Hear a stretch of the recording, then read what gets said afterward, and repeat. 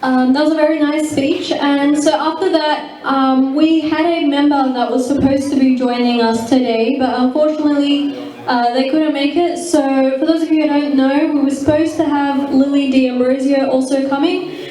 She's a Minister for Energy, Environment and Climate Change. Unfortunately, Lily couldn't be here today, she couldn't attend. So on her behalf, she sent her apologies and a message to be read, so I'll be reading her speech. So Lily says, "Good evening. I would like to thank Amardeep and the rest of the Punjabi Theatre and Folk Academy Committee for inviting me to your International Women's Day celebration. Please accept my apologies for not being able to attend. I understand that it's a very important event for your organisation as an empowerment of women in a safe and culturally appropriate environment is one of the core founding principles the Punjabi Theatre and Folk Academy, and I would have loved to join and love to be with you today.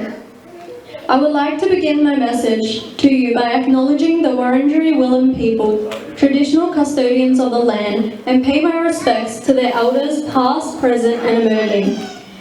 International Women's Day is a day to recognise and celebrate ourselves as amazing, accomplished, strong and resilient women. It is a day to reflect on the long and difficult road travelled by many women over the 100+ years since International Women's Day was first celebrated. It is a day to honour our mothers, our grandmothers and all those women who have paved the way for so many of us to enjoy the rights and freedoms we enjoy now. It is also a day to reflect on the women here in Victoria and around the world who face adversity, women who struggle to exercise their rights safely, to live free from the violence, discrimination and bias that arise in our society that is still rife with the gender inequality. The Victorian Government's theme for International Women's Day this year is Break the Bias.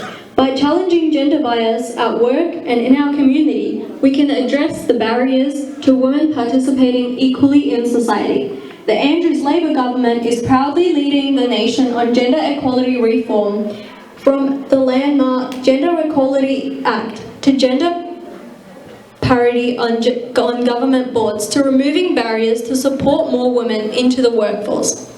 It's time we break the bias and build a fairer, safer and more equal future for Victorian women and girls.